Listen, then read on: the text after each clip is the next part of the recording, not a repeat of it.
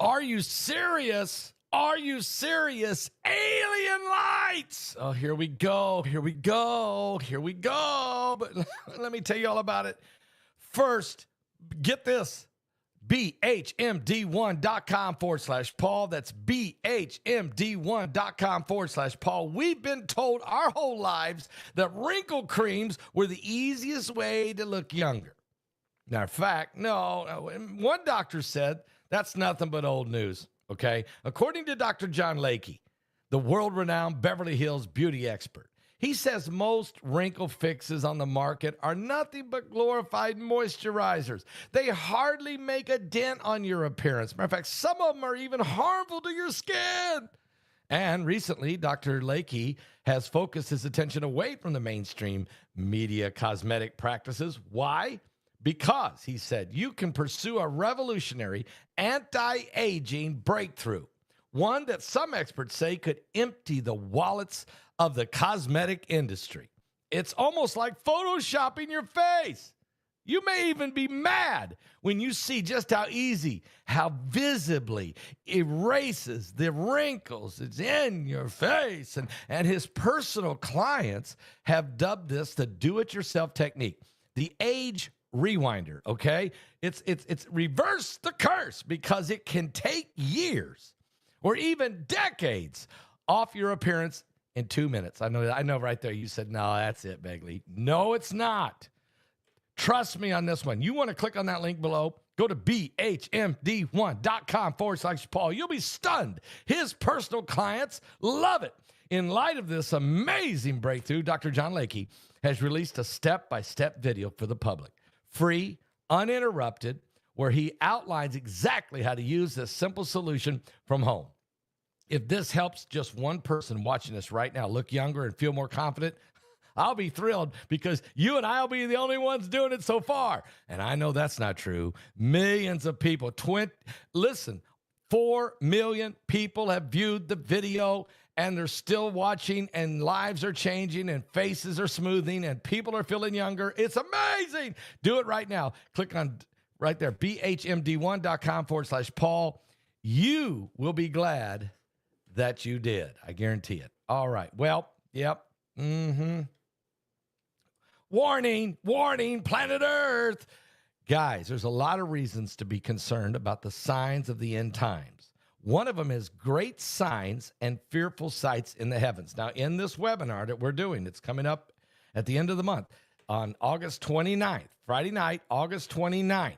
This webinar will blow your mind.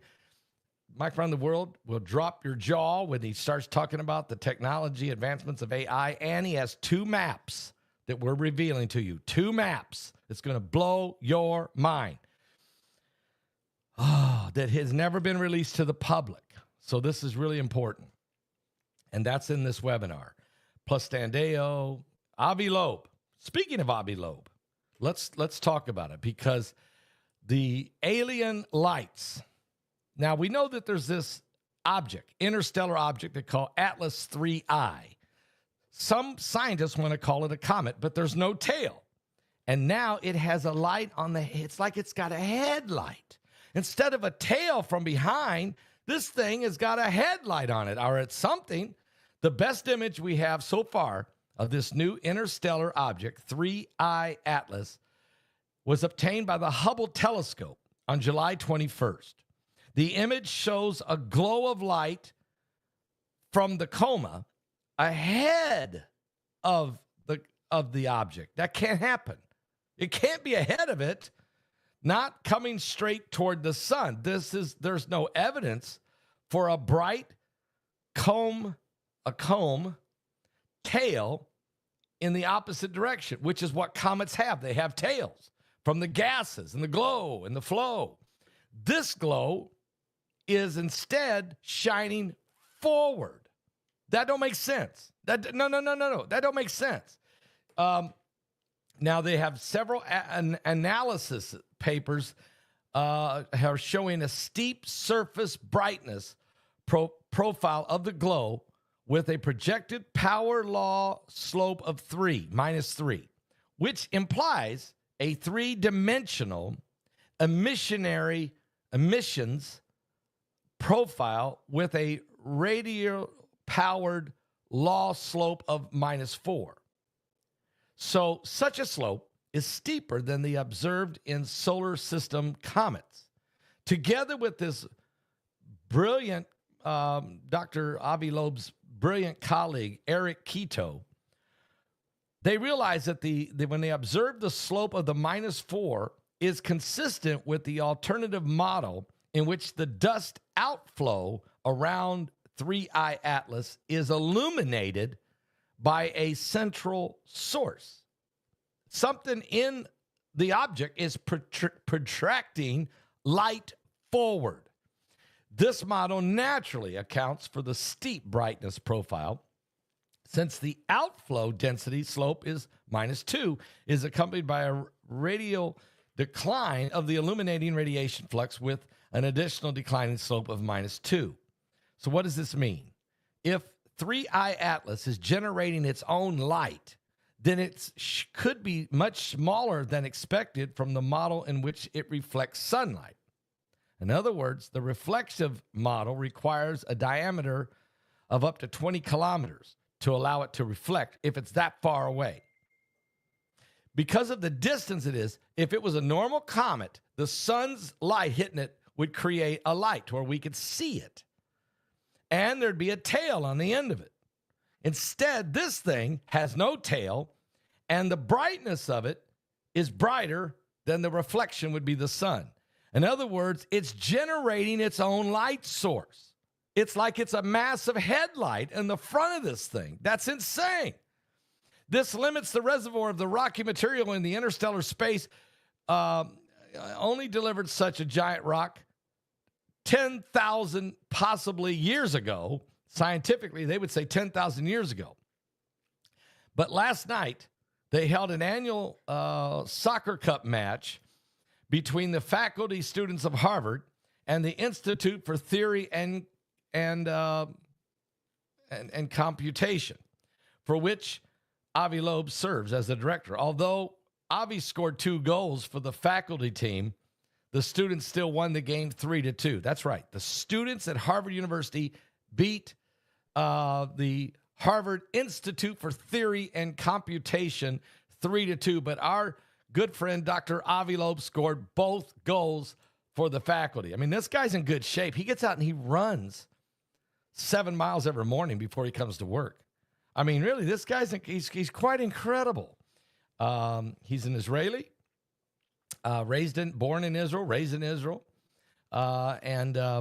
Of course, I've talked to him a lot about Moses' burning bush. How come that bush didn't burn up? And we've talked about the Red Sea and different things. But his remarkable, he's a brilliant mind. Somewhere, you got to put him in the level of Stephen Hawking or maybe even higher. His interpretation of what he's doing is scientifically studying this object coming in, this 3I Atlas, and it's not acting like a comet. So he's saying, quit. I don't know why the scientists are calling it a comet. There's no indication it's a comet. Not yet.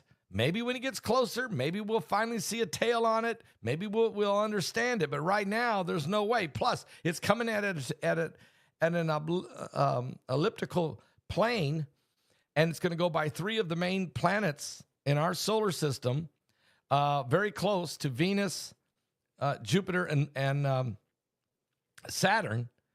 And the odds of an object coming in and being very close to 3 of the planets it's impossible. It's 1 in 20,000 chance, a 1 in 20,000 chance probability, according to the smartest Harvard mathematicians. This is something else. There's something going on here. Are we talking about an alien lights? Is this alien lights? Not Glenn Campbell's Southern Lights. I get in the glare from these alien lights. I don't know. I don't know. But I know what Jesus said. When you start talking about the end times, Jesus said these words.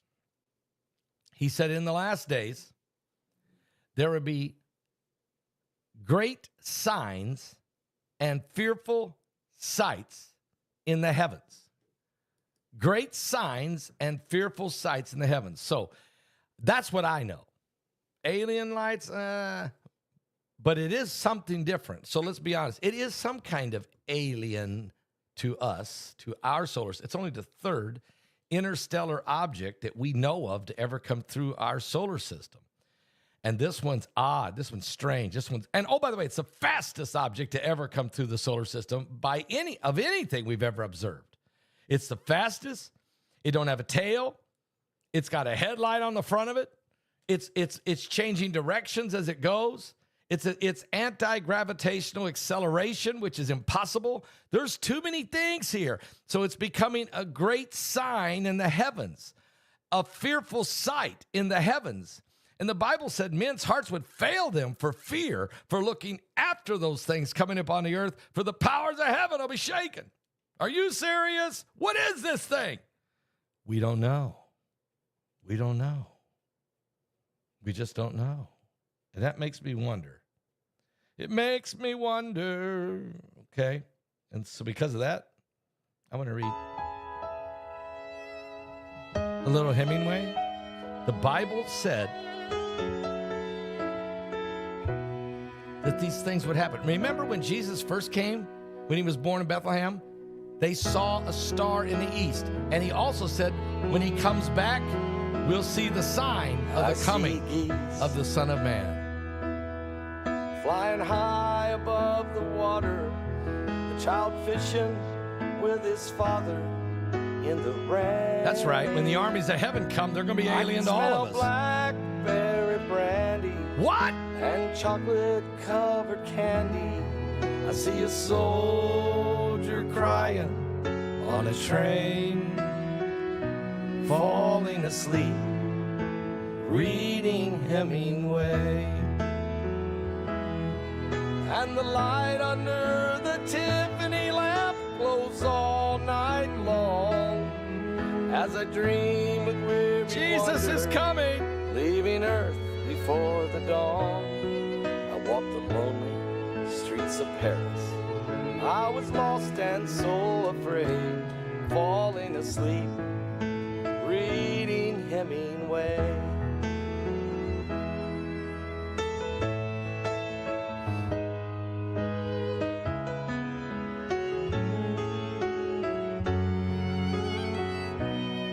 I feel the deepness of his weakness. I can taste the brandy sweetness at a roadside Idaho cafe. I can hear old Teddy laughing, Fitzgerald's toes a-tapping to the roaring sounds of yesterday. Falling asleep, reading Hemingway. And the light under the Tiffany lamp glows all night long as I dream with weary wonder. Yes, let me explain to you why I'm bringing this up. I walked the lonely streets of Paris.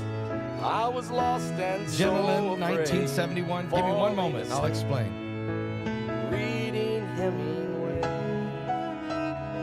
I don't believe this is an alien or a demon. I believe it's a sign from heaven, from God, that the soon coming of Jesus Christ is near. And the light under the Tiffany lamp glows all night long as I dream with weary wonder, leaving I'll Earth explain it. for the dawn. I walked the lonely streets of Paris. I was lost and so afraid, falling asleep, reading Hemingway. And a shotgun blast echoed across the page, falling asleep, reading Hemingway.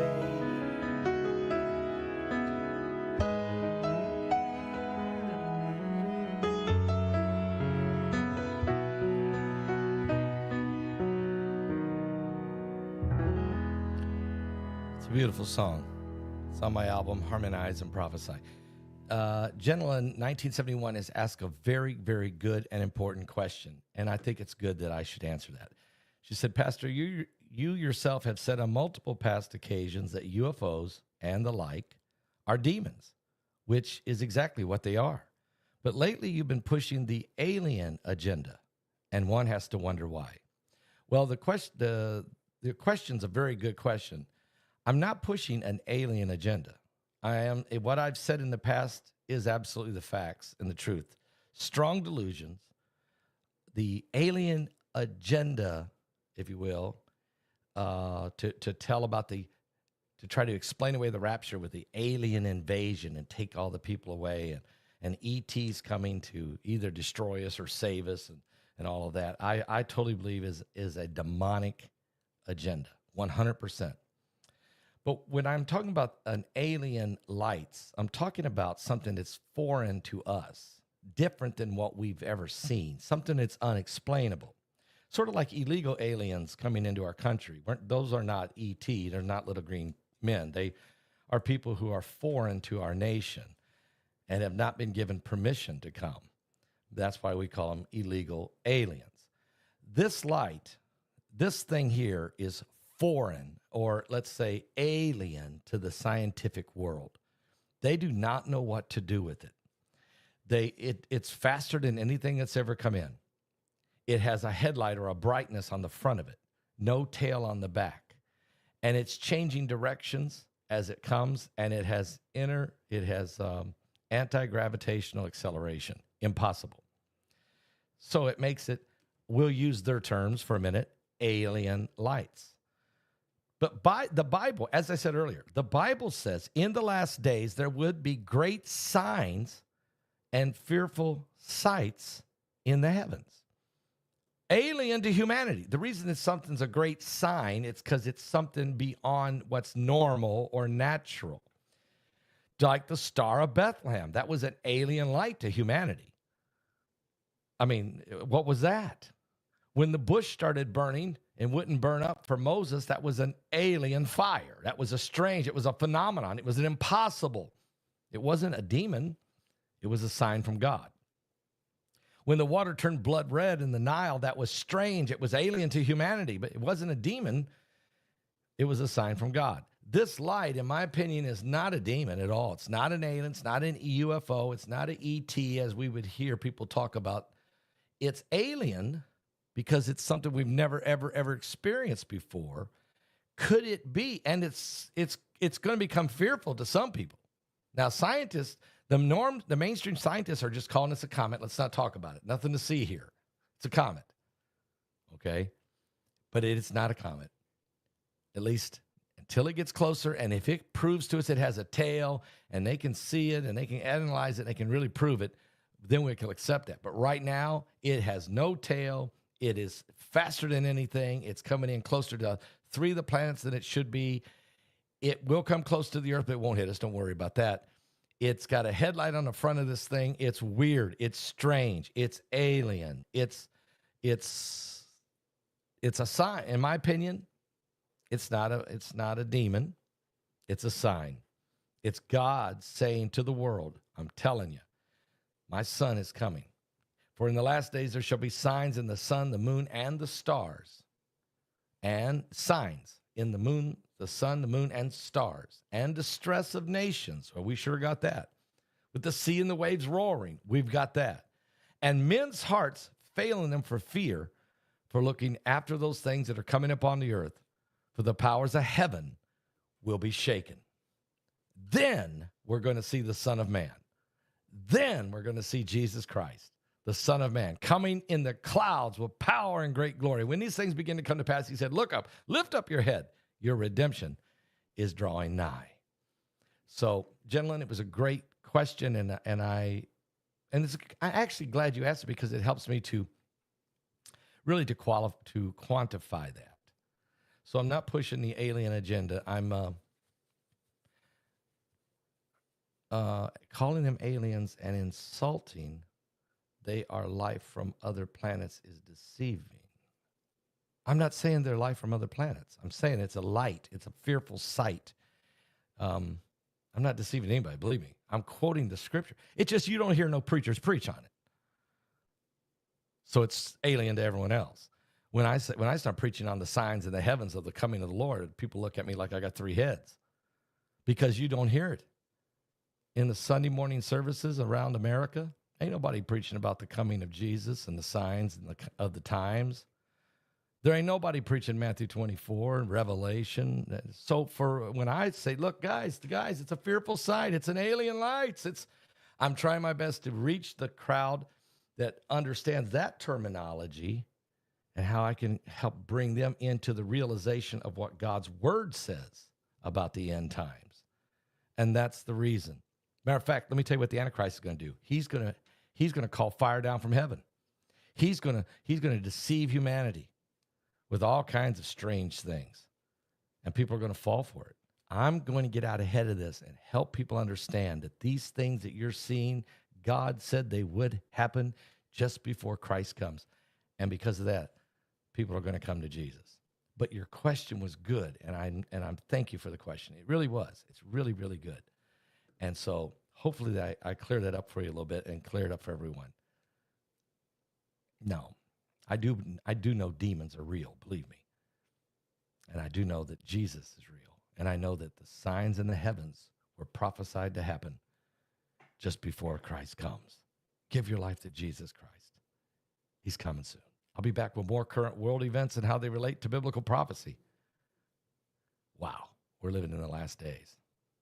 Are you serious?